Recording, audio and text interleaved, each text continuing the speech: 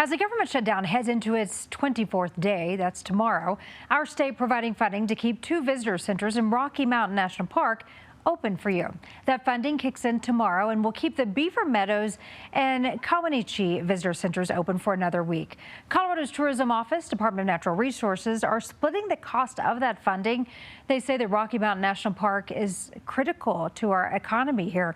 In 2023, it brought in nearly $900 million to Colorado.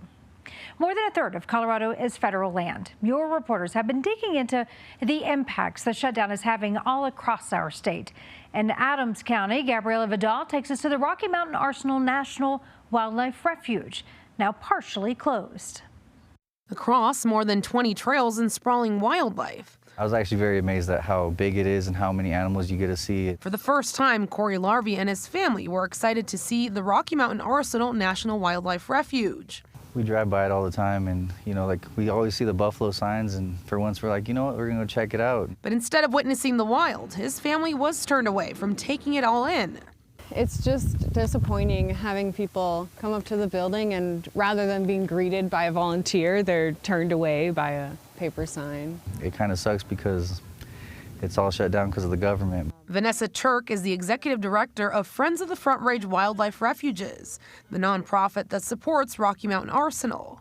October 1st, we had to close the visitor center, which includes our Nature's Nest store inside the visitor center. It seems like there's been no end in sight for people here at Rocky Mountain Arsenal National Wildlife Refuge. Nature's Nest, the gift shop inside the visitor center, has lost more than $18,000 since October 1st, and 40 volunteers across the refuge have been impacted by the shutdown. And all of those volunteers have had to stop work because we have been ordered not to have fish and wildlife volunteer activities on site. We are also missing out on volunteer funding during this time. Also put on pause, ranger programs, school trips, parts of the park, cutting the community off.